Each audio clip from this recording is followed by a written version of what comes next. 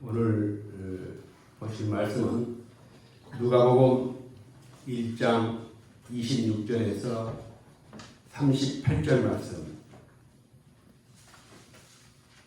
누가복음 1장 26절에서 38절 말씀입니다. 감동하는 백성으로 살라라는 제목으로 이 본문의 말씀 같이 묵상하도록 하겠습니다. 하나님을 믿는다는 것은 하나님의 부름으로부터 시작됩니다. 이걸 좀 더 좀 구분을 해본다면 우리에게는 세 번의 부름이 있습니다. 첫 번째 부름은 세상에 있는 나를 하나님의 자녀로 불러주신 선택과 부름을 말합니다. 이 부름으로 우리는 완전히 본질적으로 새로운 사람이 됐습니다. 이 땅의 백성에서 죄인의 신분에서 멸망받을 그런 또 심판받아야 될 신분에서 우리는 하나님의 백성으로 영광스러운 거룩한 백성으로 우리는 신분이 바뀌었습니다. 우리의 노력을 얻은 것도 아니고 이것은 전적으로 하나님께서 오늘 창세전에 우리를 구원하시고 선택하셨고 선택한 우리를 때가 되어 불러주신 그 은혜로 된 것입니다. 이렇게 우리는 하나님의 부름을 받고 신분만 바뀐 게 아니라 우리 지위도 바뀌었습니다. 감히 하나님을 향해서 우리의 아버지라고 부를 수 있고 자녀의 권세를 가지고 우리가 기도하고 하나님 앞에 간구할 수 있는 베드로는 우리를 이것을 왕같은 제사장이라고 그렇게 얘기를 했습니다. 거룩한 나라, 그의 소유된 백성. 뿐만 아니라 바울은 고린도서 5장 20절에 우리가 그리스도를 대신하여 사신, 즉 대사가 되었다. 우리는 엄청난 신분과 지위의 변화가 하나님의 부름으로부터 왔습니다. 두 번째 부름은 이렇게 부름받은 우리들에게 주신 사명이요. 사명으로의 부름. 신분만 변화된 것이 아니라 이제 우리는 하나님께서 우리에게 주시는 하나님 나라와 하나님의 영광과 교회를 위해서 주시는 사명이 있습니다. 여러분은 오늘 어떤 사명으로 오늘 이곳에 나왔습니까? 또 하나의 부름이 있는데 그 부름은 마지막 천국으로의 부름이 있습니다. 이건 누구나 하나님을 믿는 자들은 마지막 때 오늘 하나님의 부름을 잊게 될 것입니다. 오늘 그 중에서 오늘 두 번째 부름, 하나님의 자녀된 우리를 하나님이 주신 사명으로의 부름, 이게 대해서 우리 같이 오늘 본문을 보면서 묵상하려고 합니다.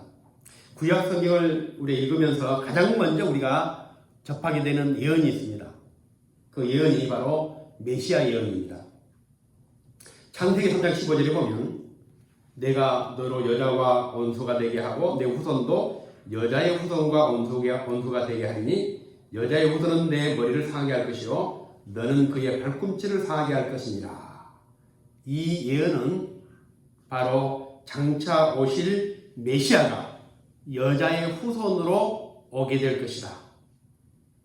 그 여자가 누군지는 아직 모릅니다. 그러나 오늘 분명한 것은 오늘 여자의 후손으로 이 땅을 우리를 구원하실 메시아가 오실 것이다. 그런데 이제 좀 더 뒤에 가면은 이사야 7장 14절에는 좀 더 구체적으로 설명했습니다. 그러므로 주께서 친히 징조를 너희에게 주실 것이라. 보라 처녀가 잉태하여 아들을 낳을 것이요 그 이름을 임마누엘이라 하리라. 창세기 3장 15절에서는 오늘 여자의 후손으로 온다고 했는데 이사야 7장 14절에는 그 여자가 누군가 하면 처녀라는 것이죠. 처녀가 잉태하여 아들을 낳을 것이다. 자, 이 예언으로 본다면 언젠가는 이 예언을 성취하기 위해서 한 여자가 처녀의 몸으로 아들을 낳아야 되는 사명을 감당해야 되는 그런 때가 올 것이라는 겁니다. 그 사명이 뭡니까? 10도 안 간 처녀가, 남자를 알지도 못한 처녀가 아이를 낳게 될 것이다. 한마디로 말하면 오늘 창세기 3장 15절과 이사야 7장 14절의 예언이 이루어지기 위해서는 누군가는 미혼모가 된다는 겁니다. 처녀 한 사람이 희생되어야만 이 예언이 이루어질 수 있는 겁니다. 그리고 수백 년, 수천 년이 지난 다음에 어느 날 갈릴리 나사렛이라는 동네에 가브리엘이라는 천사가 마리아에게 나타나서 오늘 그 예언을 다시 언급합니다. 바로 그 처녀가 너다는 겁니다.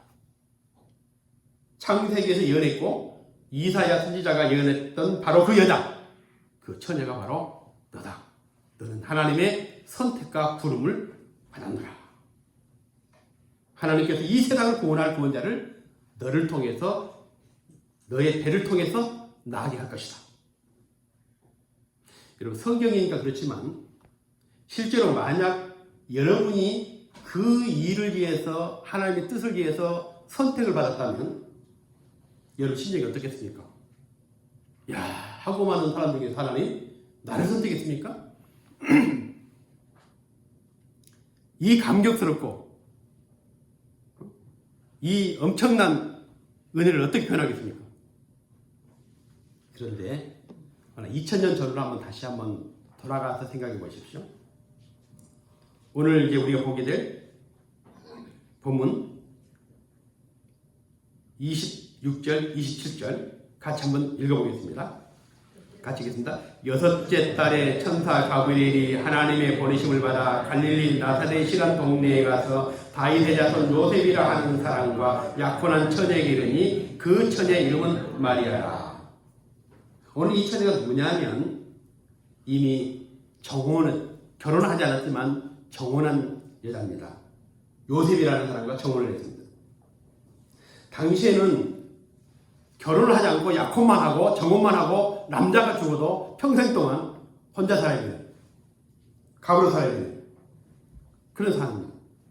근데 만약 처녀의 몸으로 아이를 갖겠다면 파혼당한 것은 물론이겠지만 오늘 모르는 남자의 씨를 냈다면 어떻겠습니까?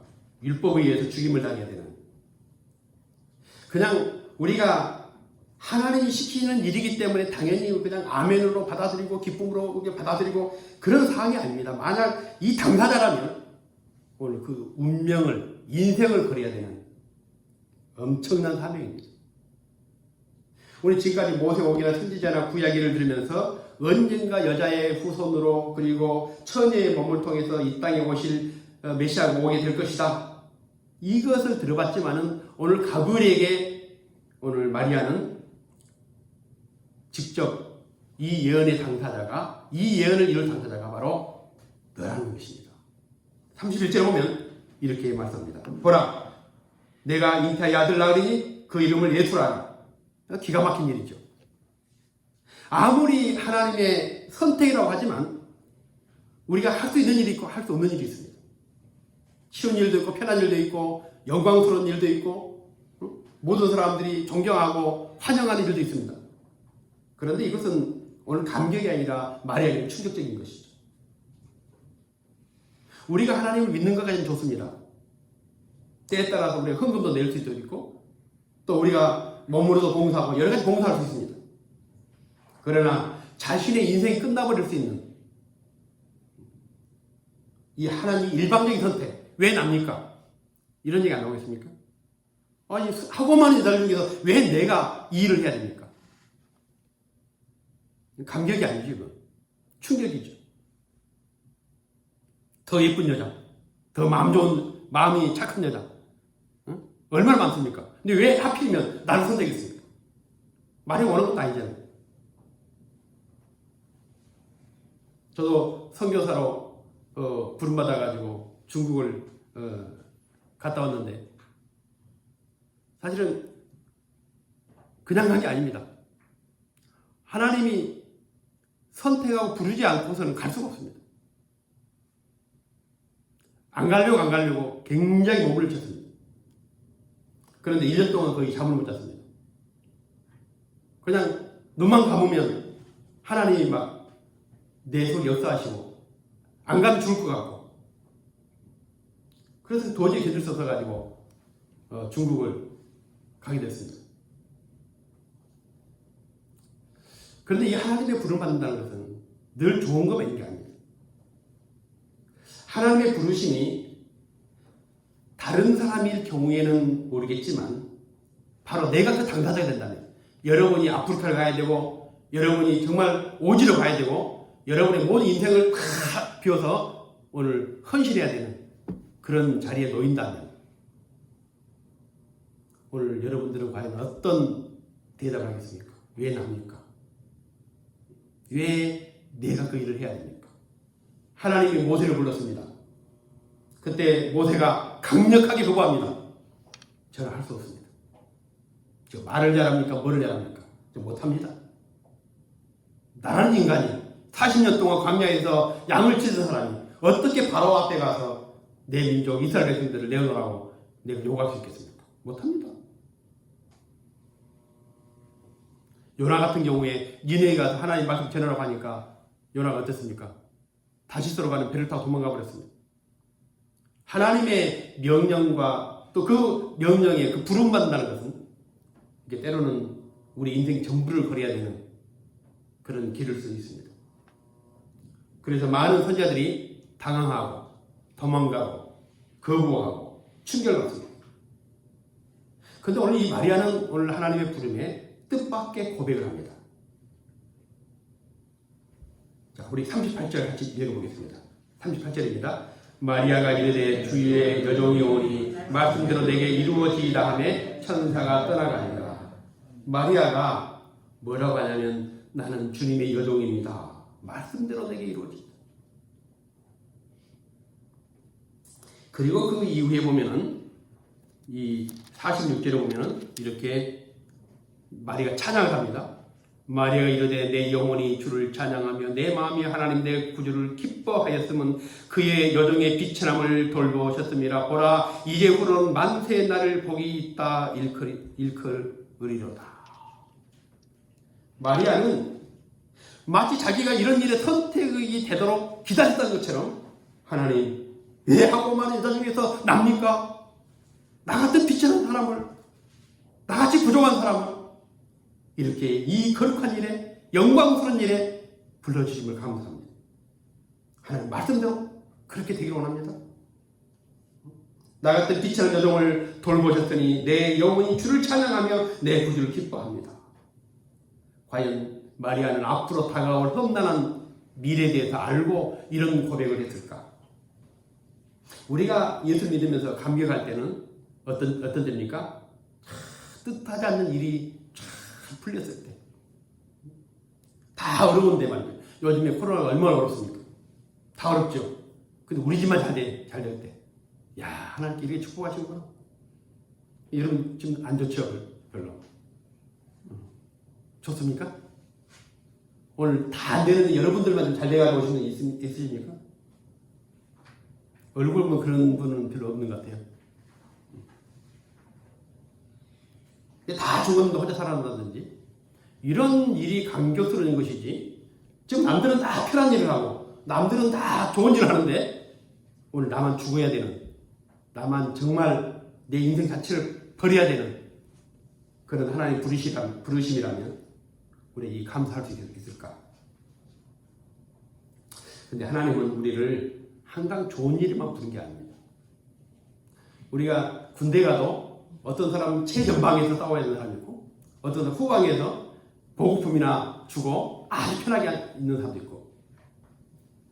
근데 히브리서 3장 히브리서에 보면은 이렇게 하나님의 부름을 받은 사람들에 대해서 말씀하고 있습니다. 또 어떤 이들은 조롱과 채찍질뿐 아니라 결박과 옥에 갇히는 시련을 받았으며 돌로 치는 것과 톱으로 켜는 것과 시험과 칼로 죽임을 당하고 양과 염소의 가죽을 입고 유리하여 궁핍과 환난과 학대를 받았으니 그들이 광야와 산과 동굴과 토굴에 유리하였느니라.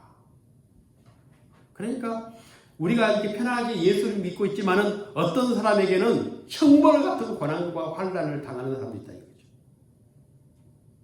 예수님의 제자들이 어떻습니까? 예수님 제자들은 예수님이 오시기 전까지는 아주 잘 살았습니다. 베드로가 어떤 사람입니까? 자기의 배를 소유한 사람입니다. 어부를 데려와서 그 갈릴리 바닷가에서 마음껏 고기를 잡으면서 편하게 샀던 사람이죠. 그래도 오늘 예수님이 그를 불러가지고 너는 이제 앞으로 고기 잡지 마. 사람을 낳는 어부가 될 것이다. 결국 예수님의 부르심은 베드로와 제자들을 마지막 순교하게 만들었습니다. 가만히 있으면 됐죠. 잘 사는 사람이었습니다. 또 세리 마태는 어떻습니까? 세리 마태는 세관원이었습니다. 굉장히 좋은 직업이었죠. 물론 사람들에게 비난과 경험을 받을지 모르겠지만은 먹고 사는데 전혀 지장이 없었습니다. 그런데 오늘 이 세관원 마태를 불러서 예수님을 순교하게 만들었습니다. 이사야 선지자는 그 부름받을 때 우시야, 요담, 아하스 시대에 부름을 받았는데 이때 언제입니까? 아하스 시대. 이 아하스 왕은 악하기로 유명한 사람이죠. 성전의 문을 다 못질러버린 사람이죠. 그때 하나님이 이사야를 부릅니다. 근데 이사야가 뭐라고 하냐면 하나님 나를 보내십시오. 이때 하나님 부름받는 건 죽는다는 겁니다. 근데 이사야는 주저하지 않고 하나님 내가 하겠습니다. 우리가 신학교를 갈 때는 굉장히 경쟁률이 셌습니다.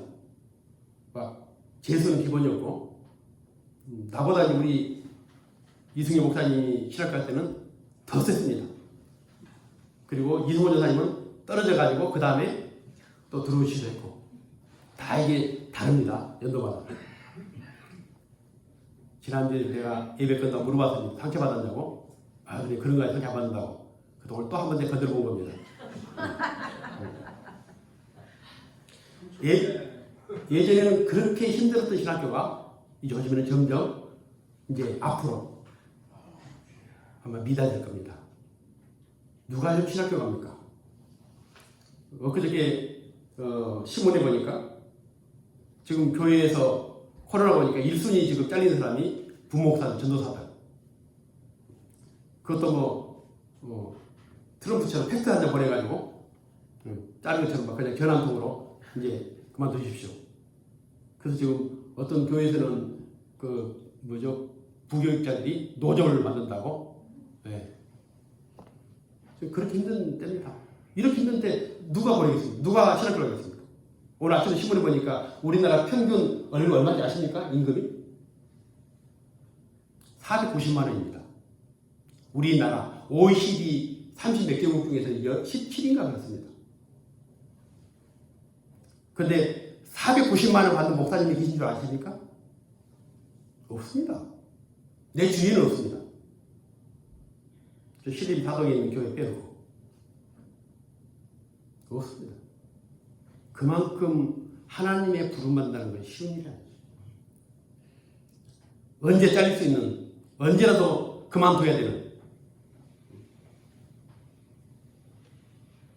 천주교에서는 그런 얘기를 합니다. 마리아가 특별한 여자였기 때문에 하나님 선택한 것이다. 그래서 마리아를 성모라는 칭호로 칭합니다. 그러니까 예수님한테 기도해서 안 되면 마리아한테 기도해라. 그 말 나온 것이죠. 왜? 마리아는 원래 처음부터 우리와 전혀 다른 사람이었다. 그러나 마리아는 전혀 특별한 여자가 아니었습니다. 1장 30절 우리가 아까 읽었죠? 안 읽었습니까? 한번 우리 30절 읽어보겠습니다. 천사가 이르되 마리아여 무서워하지 말라. 내가 하나님께 은혜를 입었느니라. 하나님의 인지 앞에 무서움과 두려움을 느끼던 사람이 바로 오늘 이 마리아였습니다. 죄인의 본능이죠. 이 역시 마리아도 죄인이었다는 것이죠. 그런 마리아가 오늘 38절에 마리아가 나는 주의 여종이오니 말씀대로 내게 이루어진다. 이 종이라는 것은 바로 가장 천한 일꾼을 상징하는 둘로스라는 단어 표현되어 있습니다. 그런데 왜 그는 천사로부터 너의 배를 통해서 아이를 낳게 할 것이다 라고 하는 이 수태고지, 이 예언의 말씀을 듣고 감격하면서 기뻐했는가? 38절 그렇게 하십시오. 그리고 46절에 보면은 감격하고 주님을 찬양합니다. 왜 그랬을까?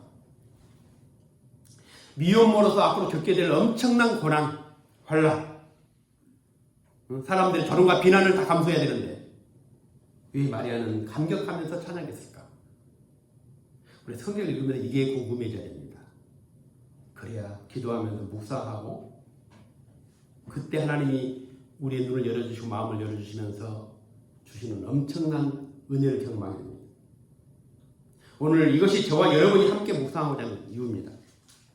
성경을 보면은 하나님의 종들이 하나님의 선택을 받고 감격하고 기뻐하는 이유는 그만한 이유가 있기 때문입니다. 오늘 첫째 28절에 보면 그에게 들어가 이르되 은혜를 받은 자여 평안할지어다. 왜 감격했느냐?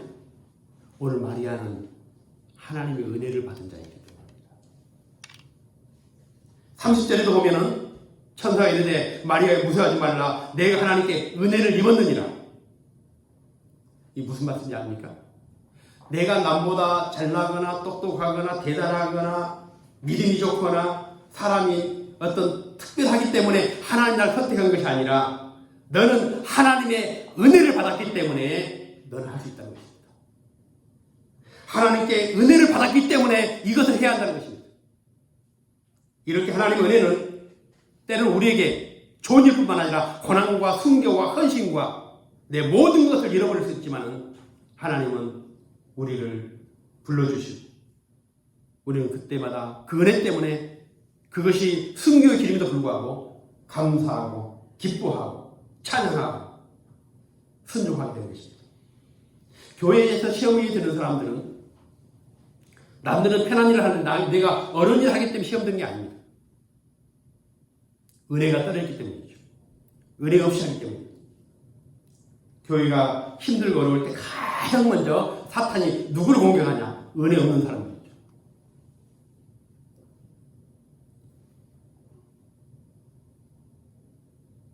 왜 항상 보면은 꼭 시험 든 사람만 시험 듭니다.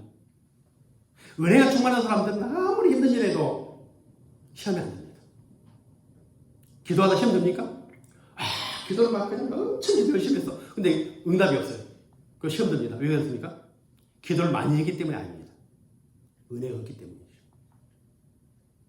내가 남들 다 놀 때 열심히 교회에 봉사를 했습니다. 많이 일한다고 시험 든 게 아닙니다. 가만히 있어도 시험 든 사람이 있습니다. 은혜가 없어서 시험 듭니다. 그래서 은혜가 없는 사람들은 늘 시험에 들 준비가 되어 있는 사람들입니다. 좀만 던지면 시험 듭니다. 마귀는 늘 그런 사람들을 부추기고 충동시켜가지고 그 문제를 일으키게 만듭니다. 그래서 교회는 일을 시킬 때 은혜 받지 않는 사람들한테는 절대 일을 시키면 안 됩니다. 그래서 헌금할 때도 절대 여러분이 받은 은혜 이상 내면 안 됩니다. 내고 나면 번뇌생각 나죠. 왜 내가 그 일에 선택을 받게 되었을까? 하나님이 정말 보낼 사람이 없어 나를 불렀을까? 하나님은 돌로도 아브라함의 자손을 만들어낼 수 있다고 그렇게 말씀했습니다. 내가 능력이 뛰어나기 때문에 내가 적인자기 때문에 그런 게 아닙니다. 내가 은혜를 받았기 때문에 하나님이 먼저 일을 하기 전에 먼저 내게 은혜를 주셨기 때문에 은혜로 하여금 매사에 우리가 하나님의 부름에 감사하게 하고 기뻐하게 만들고 감동하게 하고 범사에 감사하라. 이는 너희를 향하신 하나님의 뜻입니다. 마리아는 하나님께서 엄청난 희생이 요구되는 선택을 했을지라도 그리하옵소서 나는 주님의 종입니다. 하나님께서 이스라엘 백성들에게 하나님의 명령과 계명을 주실 때도 항상 그 서두가 있습니다. 그냥 하나님은 너희들은 마땅히 내 명령대로 따라야 돼 이게 아닙니다. 너희들이 애굽 땅 종되었을 때에 너희를 구원하신 하나님이 가라사대 십계명을 줄 때도 하나님께서 애굽 땅 종됐던 너희들을 구원하신 하나님께서 지난날 우리를 불러주셨던 하나님, 우리를 세상에서 건져내셨던 하나님, 우리를 죽은 가운데서 우리를 거룩한 백성으로 건져내셨던 하나님, 그 하나님의 은혜를 생각할 때마다 하나님 안 됩니다, 못합니다, 할 수 없습니다, 이런 대답을 할 수 있겠습니까? 하나님이 내게 부어주신 그 은혜를 우리가 안다면 우리가 어떻게 거룩한 백성이 되는지, 우리가 얼마나 놀라운 그런 이제 영광스러운 신분을 갖게 됐는지, 하나님 주신 그 영광스러움을 우리가 안다면 하나님이 우리를 부르신 그 부름에 우리는 거부할 수 없을 것입니다. 세상에서 비난과 손가락질을 당했던 죄인들도 예수를 만나고 나서 완전히 새롭습니다. 바울을 보십시오. 바울은 예수를 만나기 얼마나 포하겠습니까? 그래 예수를 만나고 난 다음에 그렇게 말합니다. 나는 죄인 중에 계속 십자가의 원수였다. 그런 그가 오늘 하나님 은혜 때문에 순교의 길을 갑니다.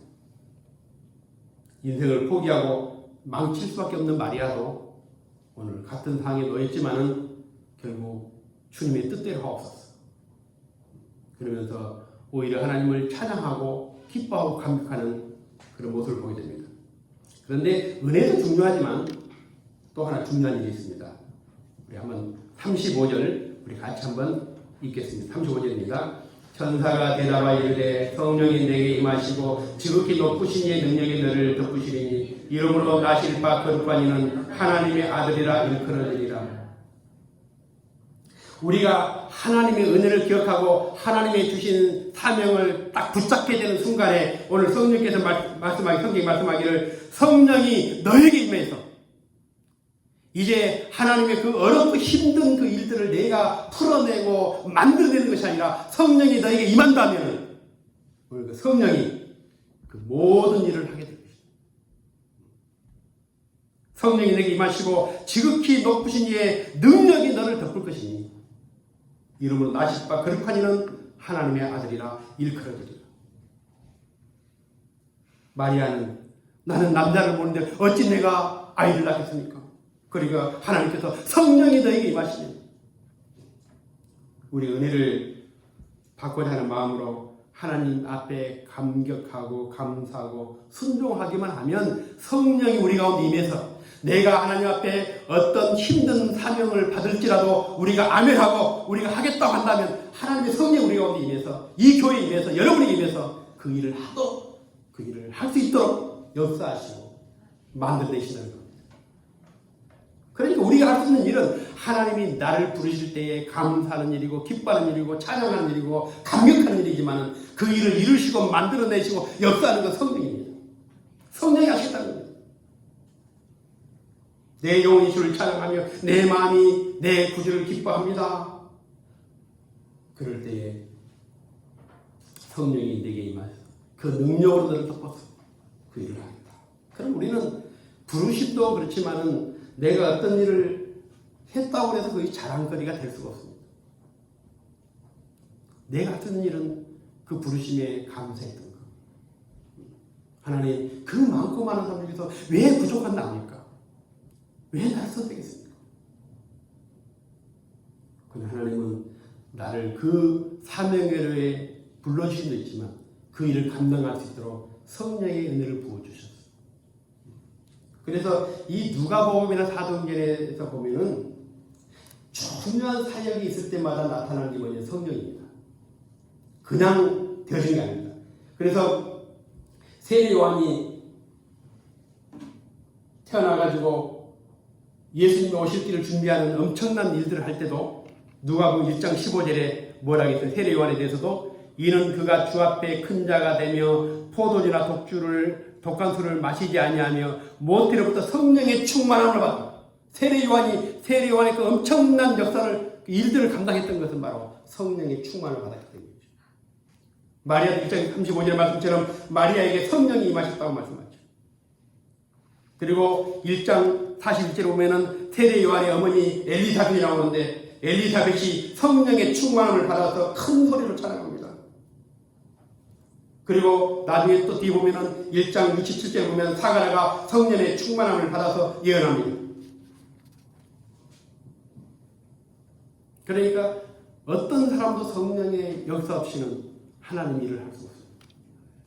하나님은 우리가 남다르기 때문에, 우리가 특별하기 때문에, 재주가 있기 때문에, 능력이 있기 때문에, 돈이 많기 때문에 이 일을 하라고 우리에게 명령한 게 아닙니다.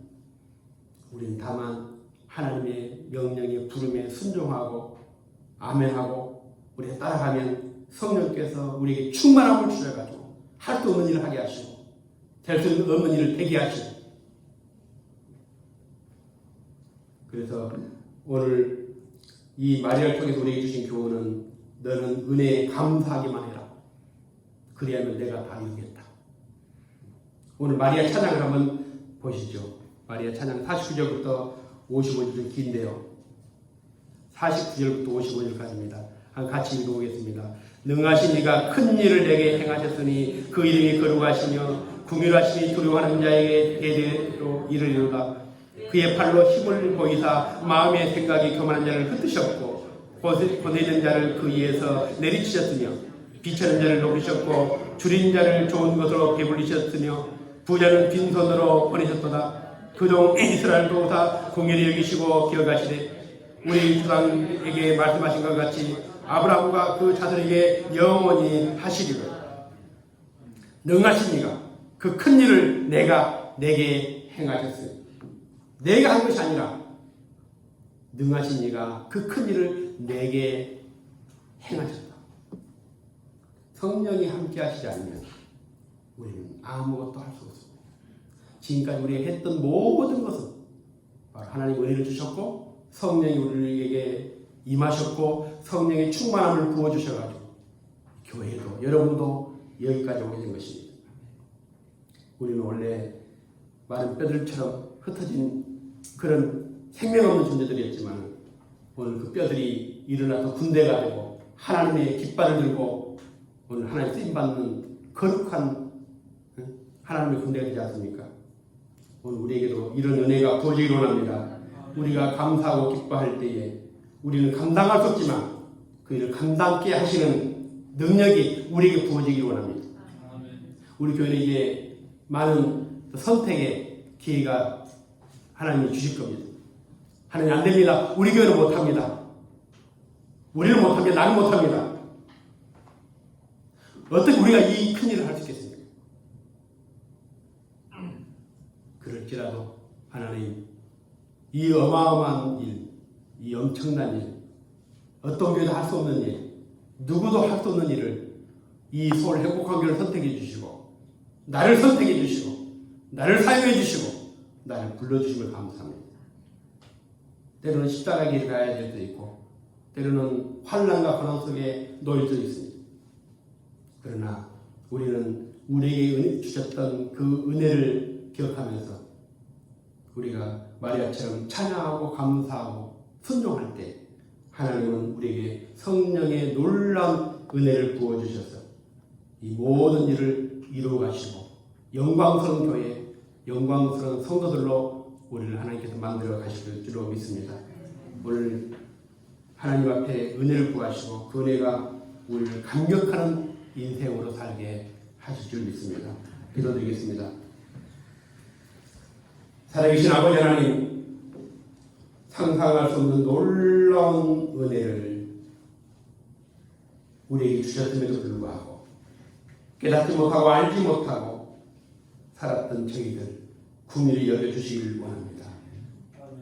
이 땅의 백성에서 죄인된 신분에서 멸망받을 인생에서 오늘 우리를 불러주셔서 하나님의 거룩한 백성 왕같은 제사장으로 인도해 주심을 감사합니다. 이제 은혜 받은 하나님의 자녀들이오니 우리에게 말씀하시고 명령하시면 우리가 기쁨으로 순종하기를 원합니다. 많은 교회들이 있지만 오늘 이 교회에 하나님이 우리에게 명령하시면 주저하지 않고 망설이지 않고 두려워하지 않고 믿음으로 이 교회가 순종하기를 원합니다. 우리 아버지 하나님 이 모든 일을 이룰 수 있도록 우리에게 성령의 충만함을 부어주시기 원합니다. 성령의 은혜를 내려주시기를 원합니다. 성령으로 그 일을 감당케 하여 주옵소서. 이제 우리는 사명 앞에 서 있습니다. 주님, 두 손으로 우리를 축복해 주옵소서. 성령의 충만함을 주옵소서. 날마다 감동하며 살아갈 수 있도록 역사해 주옵소서. 감사합니다. 예수님 이름으로 기도드리옵나이다. 아멘. 우리 찬송가 324장 부르시고 마치도록 하겠습니다.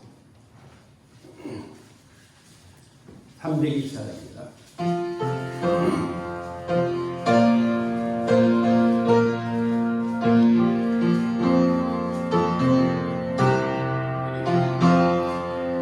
예수 나를 오라네 예수 나를 오라네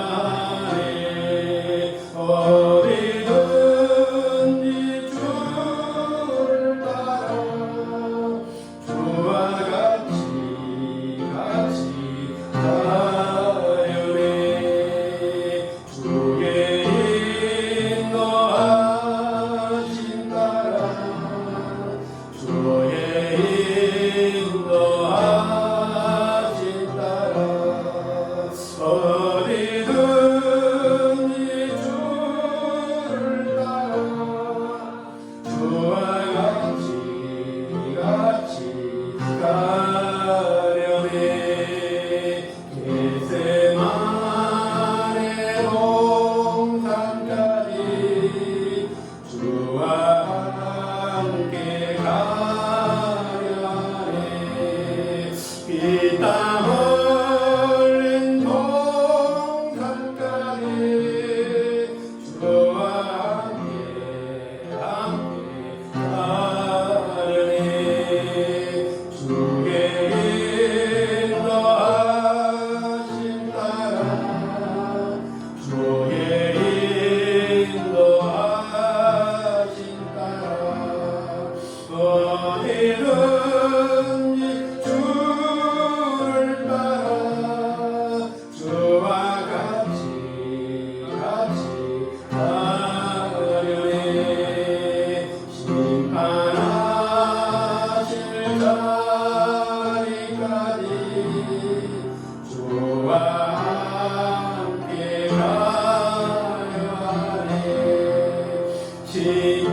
심판하실 자리까지 주와 함께 가려네 주의 인도하심 따라 주의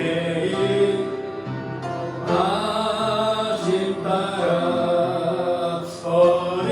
어디든지 주를 따라 주와 같이 가려네 주가 크신 은혜 내려 나를 항상 돌보시고 크신 영광 보여주며 나와 함께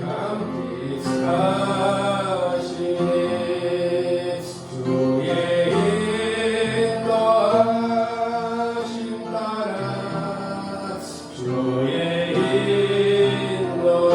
인도하심 따라 어디든지 주를 따라 주와 같이 가려네 이제는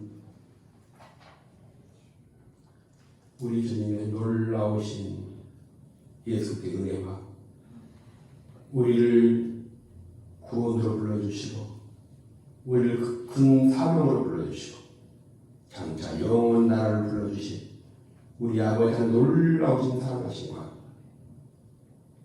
일을 하게 만드시고 그 일을 이루게 만드시고 그 일들 영광 속에 만들어 가시는 성령을 감아 이뤄 교통하시니 사랑하는 성도들 머리에 저게 가정의 자녀들 위해 기업 위해 생업 위해 교회 영원토록 영원히 함께 있을지어다.